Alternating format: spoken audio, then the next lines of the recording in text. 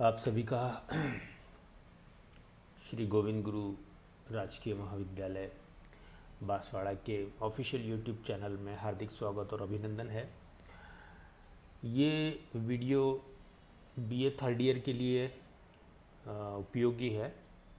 ख़ास तौर से पश्चिमी राजनीतिक विचारक और थॉट्स वाला जो पेपर है उसको दृष्टिगत और ध्यान में रखते हुए ये वीडियो बनाया गया है। तो इसमें हम देखते हैं कि जो पहला हमारा चैप्टर है वो है प्लेटो। तो हम प्लेटो से प्रारंभ करते हैं। आप सबको विदित होगा कि राजनीति विज्ञान जिन दार्शनिक धरातल पर खड़ा होता है उस दार्शनिक धरातल के जो प्रणेता हैं उसमें प्लेटो और अरस्तु का नाम प्रमुखता से लिया जाता है। ये त्रिगुण जो कहना चाहिए या राजनीति विज्ञान के दर्शन के त्रिदेव जिनको कहा जाना चाहिए, सुकरात, प्लेटो और अरस्तु, ये एथेंस यानी कि यूनान की भूमि पे पैदा हुए और इनकी मुख्य कार्यस्थली भी यूनान रहा। सुकरात क्योंकि राजनीति विज्ञान के दृष्टिकोण से हमारे लिए इतना महत्वपूर्ण नहीं है, किंतु उनके दर्शन के आधार पर उनके जो शिष्य थे प्लेटो और उनके जो शिष्य थे अरस्तु, इनका जो दर्शन है राजनीति विज्ञान की बहुत ही उनके द्वारा कीमती देन दी गई हैं। उन्हीं के सिद्धांतों पर, उन्हीं के विचारों पर राजनीति विज्ञान का जो दर्शन है उसका प्रारंभ होता है। तो आज हम इस वीडियो व्याख्यान के माध्यम से प्लेटो का अध्ययन करने का प्रारंभ करने जा रहे हैं। प्लेटो को हम पढ़ेंगे, प्लेटो की जानकारी हम प्राप्त करेंगे। तो जैसा कि हमने पहले निवेदन किया कि प्लेटो राजनीति विज्ञान के दर्शन का जनक है और इसे पाश्चात्य जगत का प्रथम राजनीतिक दार्शनिक के रूप में भी जाना जाता है, क्योंकि उसके पूर्व पश्चिम में किसी ने भी राजनीतिक दर्शन का क्रमबद्ध रूप से प्रतिपादन नहीं किया था। प्लेटो के संबंध में इससे भी अधिक महत्वपूर्ण तथ्य यह है कि उसका राजनीतिक दर्शन मानवता के लिए अमर संदेश है। उसका ये कथन कि राज्य मानव मानस का ही प्रतिरूप है और जिस प्रकार एक आदर्श मानव में सत, रज और तम गुणों का मेल होना चाहिए, उसी प्रकार एक आदर्श राज्य में इन तीनों गुणों का सामंजस्य और सतोगुण की अन्य गुणों पर प्रधानता होनी चाहिए। यह एक शाश्वत सत्य है। प्लेटो ने अपने जीवन में यूनान के इतिहास का एक अत्यंत नाजुक दौर देखा था। अपनी आँखों से उसने एथेंस को स्पार्टा के सामने घुटने टेकते देखा था।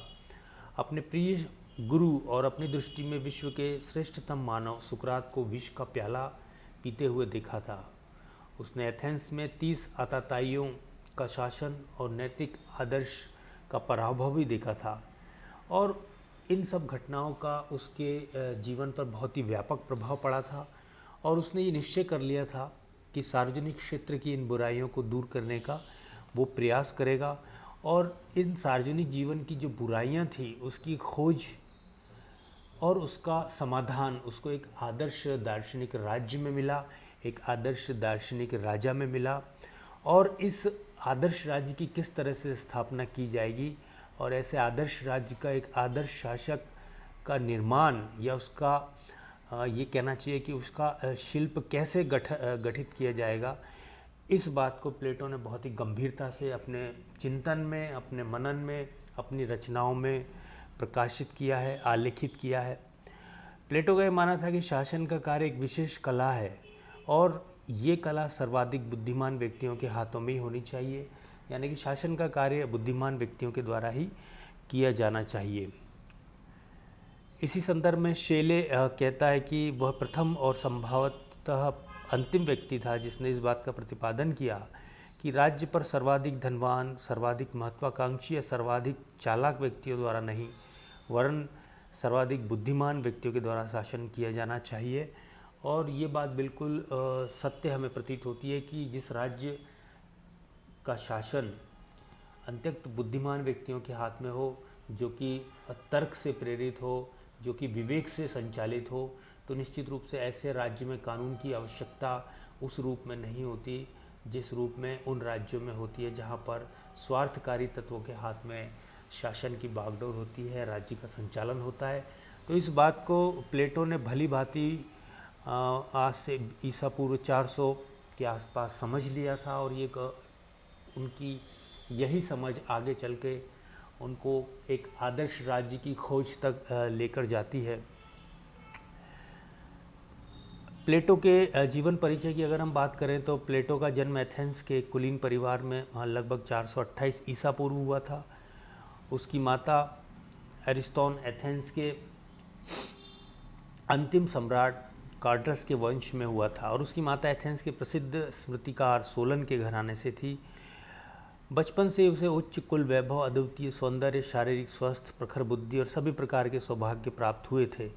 वास्तव में देखा जाए तो प्लेटो का नाम अरिस्टोक्लीस था, किंतु उसके खूब भरे हुए चौड़े कंधों के कारण उसके व्यायाम शिक्षक ने उसे प्लेटो का नाम दिया था, और कालांतर में इसी नाम से वो प्रसिद्ध भी हुआ। प्लेटो की प्रारंभिक शिक्षा के बाद 20 वर्ष की अवस्था में उसने सुकरात के विद्यालय में प्रवेश लिया। 8 वर्ष तक सुकरात के चरणों में बैठकर उसने ज्ञानार्जन किया। ऐसा प्रतीत होता है कि कुलीन वर्ग में उत्पन्न होने के कारण तात्कालिक स्थितियों के आधार पर उसकी स्वाभाविक इच्छा एथेंस में राजनीतिक जीवन अपनाने की थी, किंतु उसके प्रिय गुरु और उसकी दृष्टि में विश्व के श्रेष्ठतम मानव सुकरात को जब 399 ईसा पूर्व में मृत्यु दंड मिला, तो इस घटना का उसके जीवन पर ऐसा आघात लगा कि उसने सारी योजनाएं परिवर्तित कर दी और एक दार्शनिक का जीवन अपना लिया। इस संदर्भ में फोस्टर ने बहुत ही सुंदर शब्दों में इस सारे घटनाक्रम की व्याख्या करते हुए कहा है कि प्लेटो के जीवन में मोड़ 399 ईसा पूर्व में आया, जबकि वो 28 वर्ष का था, और प्लेटो के समस्त चिंतन पर सुकरात का सबसे अधिक प्रभाव है। और इस संबंध में मैक्सी ने बहुत ही खूबसूरत शब्दों में कहा है कि प्लेटो में सुकरात पुनः जीवित हो गया। तो सुकरात दैहिक रूप से भले ही संसार से विदा ले चुके थे, किंतु उनका जो दर्शन था, उनकी जो शिक्षा थी, उनके शिष्य प्लेटो में वो हमेशा जीवित रही, और न केवल जीवित रही बल्कि उसका आगे चल के प्लेटो के विवेक के हाथों अधिक परिमार्जन हुआ, उसको अधिक स्पष्ट रूप से और व्यवहारिक उद्देश्यों के साथ उसका संबंध स्थापित करने का प्रयास प्लेटो के ग्रंथों में हम देखते हैं। सुकरात की मृत्यु के बाद प्लेटो एथेंस में अधिक दिनों तक न रह सका और सर्वोत्तम शासन प्रणाली की खोज में अगले 12 वर्षों तक मिस्र, इटली और यूनान के नगरों का भ्रमण करता रहा। ऐसा कहा जाता है कि गंगा के तट तक भी उसने यात्रा की थी। इसी काल में वो सिसिली भी गया, जहाँ सिसिली के सिराक्यूज राज्य में उसकी भेंट दियोन नाम के एक अत्यंत सुसंस्कृत व्यक्ति एवं वहाँ के राजा दियोनिसिस प्रथम से हुई। एक युग बीत जाने पर पितृभूमि की प्रेम ने प्लेटो को फिर सताया और वह एथेंस लौट आया। सुकरात की मृत्यु के ठीक 11 वर्ष बाद विदेश यात्रा से लौटकर प्लेटो ने 388 ईसा पूर्व में एक शिक्षणालय खोला, एक शिक्षण संस्थान खोला, और यही प्लेटो की प्रसिद्ध अकादमी या शिक्षण संस्थान थी, जिसे यूरोप का प्रथम विश्वविद्यालय भी कहा जा सकता था। उसने अपने जीवन के शेष 49 ईयर्स दार्शनिक एवं अध्यापक के रूप में यहीं बिताए। इस अकादमी में राजनीति, कानून और दर्शन सभी विषयों की शिक्षा की व्यवस्था थी, किंतु गणित, शास्त्र और ज्यामिति की शिक्षा को प्रधानता प्राप्त थी। इस शिक्षणालय के प्रवेश द्वार पर ये शब्द अंकित थे कि ज्यामिति से अपरिचित कोई व्यक्ति यहाँ प्रवेश न करे। 367 ईसा पूर्व दियोनोसिस प्रथम की मृत्यु हुई और उसका पुत्र दियोनिसियस द्वितीय राजगद्दी पर बैठा, और इस समय उसने दियोन से संदेश मिला कि दार्शनिक राजा के सिद्धांत को व्यवहारिक रूप प्रदान करने का अवसर आ गया है, और इसमें निश्चित रूप से बड़ी संभावना निहित थी। इसीलिए वह सिराक्यूज गया। प्लेटो वहाँ कुछ समय तक रहा, किंतु उसे विशेष सफलता नहीं मिली। उस समय दियोनोसिस ने दियोन को सिराक्यूज से निर्वासित कर दिया, अतः दियोन के प्रश्न को लेकर दोनों के बीच में एक विवाद उत्पन्न हो गया और प्लेटो 366 ईसा पूर्व एथेंस लौट आया। इस प्रकार दार्शनिक राजा के सिद्धांत को क्रियात्मक रूप प्रदान करने के प्लेटो के प्रयास में उसे सफलता नहीं मिली।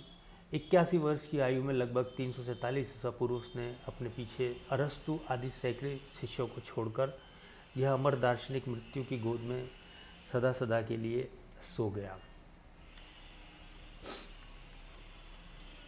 तो यहाँ पर हम प्लेटो के जीवन दर्शन को थोड़ा सा जब देखते हैं तो निश्चित रूप से पाते हैं कि एक सर्वोत्तम शासन की खोज उसका एक प्रधान लक्ष्य बन गया था, क्योंकि जिस शासन प्रणाली ने उसके गुरु सुकरात की हत्या की थी, उसे मृत्यु दंड दिया था, तो निश्चित रूप से ये घटना प्लेटो के मन पे बहुत ही गहरा आघात छोड़ चुकी थी। और प्लेटो ये चाहता था कि एक ऐसे राज्य, एक ऐसी शासन व्यवस्था को क्रियात्मक रूप दिया जाए, यथार्थ रूप में ढाला जाए, जिसमें जो शासक है वो इतना उच्चतर दार्शनिक ज्ञान से संपन्न हो कि वो सारी स्वार्थ, मोह माया और इस इहलौकिक जितनी भी लोभ की आधार हैं, जितने भी स्रोत हैं, उन सब से परे हटकर वो केवल राज्य हित में और जनहित में कार्य करे।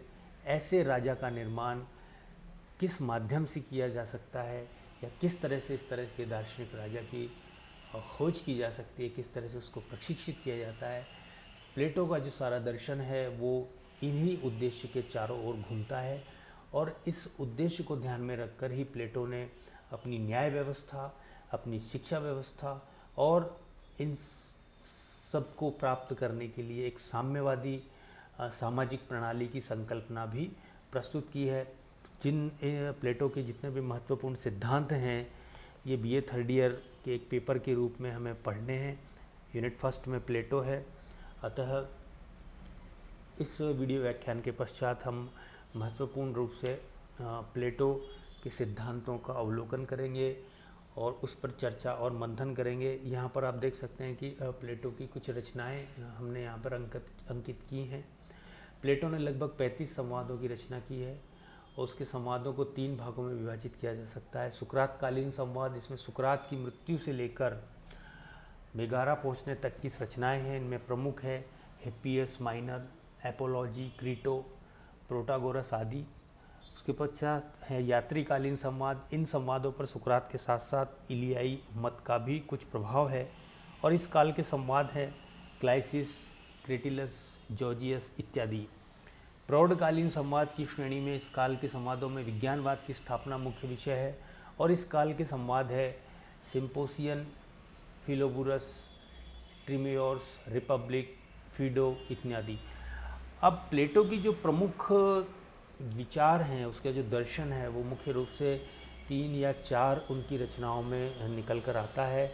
उसमें सबसे प्रमुख जो है द रिपब्लिक, दूसरी द स्टेटमेंट, तीसरी द लॉग और चौथी है इयोन सिम्पोजियम। ये कुछ महत्वपूर्ण प्लेटो की रचनाएं हैं जिनमें उनके दर्शन का प्रकाशन होता है। तो निश्चित रूप से प्लेटो के जो प्रमुख सिद्धांत हैं, प्लेटो के न्याय व्यवस्था का सिद्धांत, प्लेटो के आदर्श राज्य का अथवा दार्शनिक राजा का सिद्धांत, प्लेटो की शिक्षा प्रणाली और प्लेटो के साम्यवाद की संकल्पना, इन सब सिद्धांतों का अध्ययन हम अगली वीडियोज़ में करेंगे। तब तक के लिए आप अपना बहुत बहुत ध्यान रखिए। सभी विषयों के लिए महाविद्यालय के इस यूट्यूब चैनल को देखते रहिए। बहुत बहुत धन्यवाद। मिलते हैं अगले वीडियो में, तब तक आप अपना बहुत बहुत ध्यान रखिए। धन्यवाद।